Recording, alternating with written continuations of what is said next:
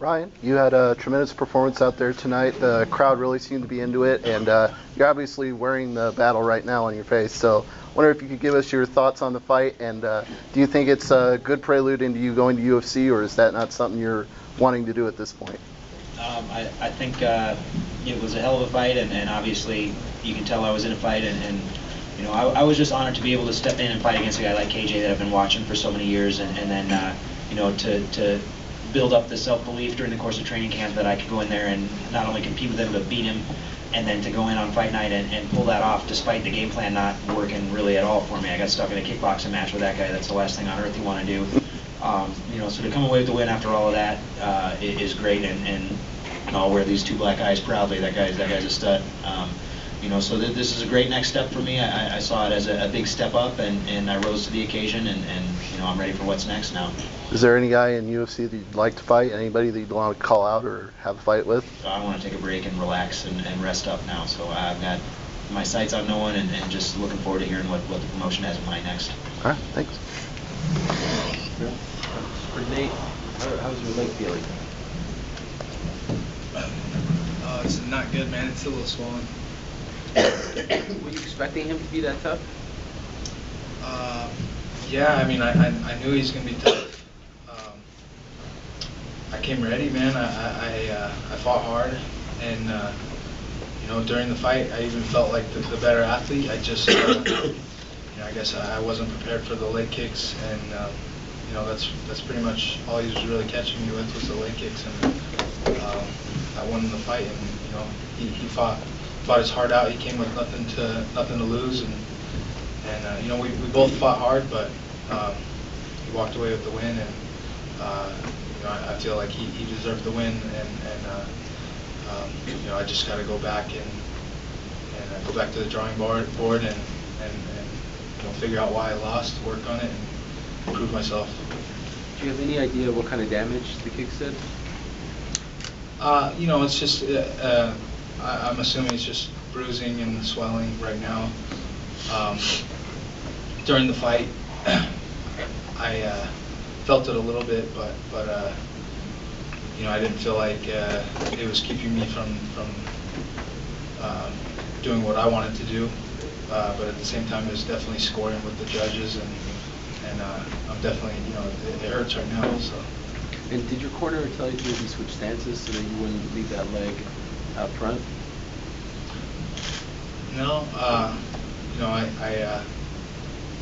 I'm not even sure that you know, that would have told him that his leg kicks were effective, and I'm not sure that that's what I should have done. I guess at the point where I felt like, you know, the leg kicks were turning the fight in his favor, I started to adjust a little bit, but it was probably too late at that point. And like I said, man, I probably, you know, game plan wise, I wasn't ready for the leg kicks,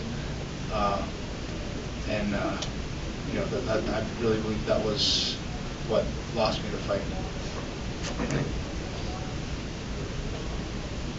Nate, can you talk a little bit about what you do now going forward? I mean, obviously you're going to take time to regroup and heal back up, but what are your thoughts now on what the next step is for you? It's hard to say. You know, I feel very disappointed, obviously. Like I said, man, I had a great camp. I came in shape. Obviously, you know, I fought very hard, and it's hard to say what is the next step. I just kind of got to look and really figure out what happened and figure out what I need to do to go to the next level. But, you know, I really believe I'll get there, and I really believe I'm one of the best, and I still have a lot to prove. And shoot, man, I'm not gonna quit. I'm not gonna give up. This is what I want to do, and I love it. And you know, I think it was a great fight and good fight for the fans. So in that respect, we put on a good show. But shoot, I got to go back to the drawing board and see what's next. Now, real quick for Daniel. Yeah. I'm not going to ask you about looking past anybody this time. I don't want you to get mad again. How soon do you get back to work now, assuming the timetable that you want for April 20th? Is this something you go right back to work on Monday? Okay, so today is what? January 12th. I have a fight scheduled April 20th on Fox against Frank Mir. I should probably take a couple weeks off and then start training again.